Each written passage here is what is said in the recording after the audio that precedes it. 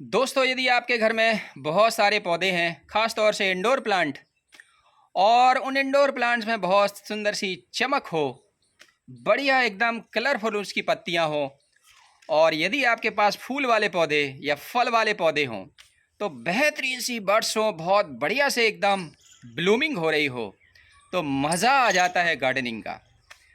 तो दोस्तों, आज हम इसी टॉपिक पर बात करने वाले हैं कि कैसे हमारे पौधे बहुत अच्छे रहें और कैसे बेहतरीन सी उसमें फ्लावरिंग हो। ख़ास तौर से बरसात के बाद हम क्या ऐसा करें कि जिससे हमारे बेहतरीन बेहतरीन एकदम मस्त पौधे हो जाएं। तो दोस्तों, आप देख रहे हैं मेरा यूट्यूब चैनल गार्डन गुरुजी। आइए हम लोग वीडियो शुरू करते हैं और इसी टॉपिक पर और बात करते हैं। तो दोस्तों, बरसात जब होती है बहुत भयंकर सी, तो बरसातों में क्या होता है, आपने अक्सर देखा होगा कि गमले हमारे पानी से भर जाते हैं और जो भी हमारा मिट्टी का कॉम्बिनेशन होता है, उसमें सॉइल मीडिया होती है, वो एक तरह से वॉश हो जाता है। लगातार बारिश होने से उसका जो कंपोस्ट हमने मिलाई होती है, वो पूरा का पूरा धीरे धीरे धीरे करके वॉश हो जाता है। तो फिर क्या होता है कि उसके न्यूट्रिएंट जो है ना, वो भी ख़त्म हो जाते हैं पौधे में। और बरसात ख़त्म हो जाने के बाद आप देखेंगे कि गमले में एक पपड़ी सी जम जाती है, टाइटनेस आ जाती है, एकदम बहुत टाइट उसकी ऊपर की सॉइल हो जाती है। और बहुत सारे गमलों में आप देखेंगे कि उसमें क्या होता है कि उसमें काई जम जाती है, एक परत जम जाती है, एक पपड़ी जम जाती है। तो हम क्या करते हैं, हमारा सबसे पहला काम होता है पौधों को हेल्दी बनाने के लिए, बरसात के बाद खास तौर से हम सितंबर और अक्टूबर में ये काम को हम करेंगे। तो सबसे पहला काम हमारा होता है कि पौधे की उस गमले में अच्छे से गुड़ाई करें। कम से कम हम 1 से 2 इंच गहरी उसमें गुड़ाई करें। छोटी मोटी रूट्स उसमें से उखड़ जाती हैं, बेकार हो जाती हैं, उसको होने दीजिए, उसकी चिंता आपको नहीं करनी है। तो आप उसकी अच्छे से गुड़ाई कर दीजिए बढ़िया सी।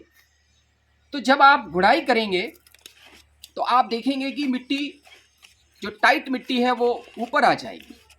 इसके बाद जो हमारा काम होता है गुड़ाई के बाद, वो होता है हमारा कंपोस्टिंग का।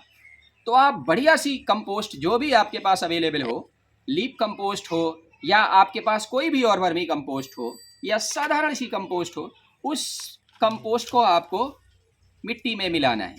तो आप अच्छे से गुड़ाई करने के बाद आप उस कंपोस्ट को थोड़ी सी चारों तरफ पौधे के आप मिला देंगे। इसके बाद जो हमने गुड़ाई की है उसकी मिट्टी को हम उसी में ढक देते हैं।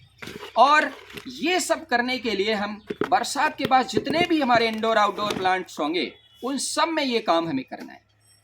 इसके बाद जब आप कंपोस्ट दे देते हैं तो फिर आप साफ पाउडर युक्त, फंगीसाइड युक्त पानी को हम उसमें देते हैं। और आप ये समझ लीजिए कि कोशिश करिए कि आप जो है ना, शाम के वक्त आप गुड़ाई करें, क्योंकि अगर आप सुबह गुड़ाई कर देंगे तो उसमें से पौधे के जलने के चांस रहेंगे। तो शाम को कोशिश करें कि अपने गमले की गुड़ाई शाम को करें और पानी आप कंपोस्ट शाम को दें। इसके बाद क्या होता है, आप 4-5 दिन आप रुकिए। रुकने के बाद आप क्या करिए कि उस गमले में एक बेहतरीन सा लिक्विड फर्टिलाइज़र आप दीजिएगा।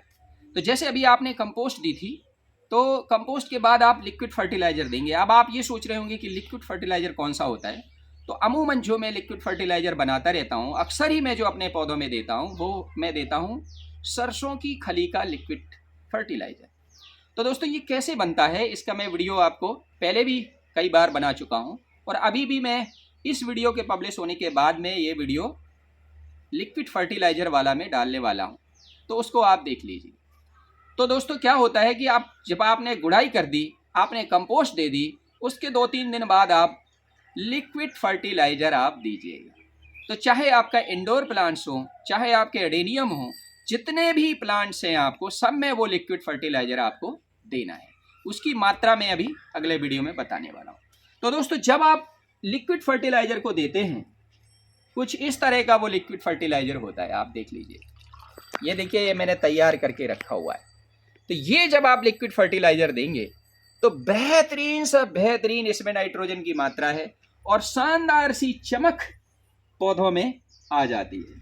ये देखिए, इस तरह से आप मैंने इसको 1 गिलास लिक्विड फर्टिलाइज़र दे दिया। तो दोस्तों, आप देखेंगे ये दोनों चीज़ें करने के बाद, गुड़ाई, कंपोस्टिंग और लिक्विड फर्टिलाइज़र के बाद, आपके पौधों में भरपूर मात्रा में फ्लावरिंग होगी और बेहतरीन से बेहतरीन चमक इस तरह की आपके पौधों में आ जाएगी।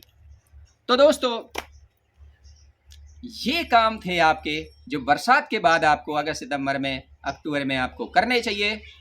तो ये वीडियो मेरा आपको कैसा लगा? यदि हेल्पफुल था तो कमेंट करें, लाइक करें। वीडियो देखने के लिए थैंक यू वेरी मच।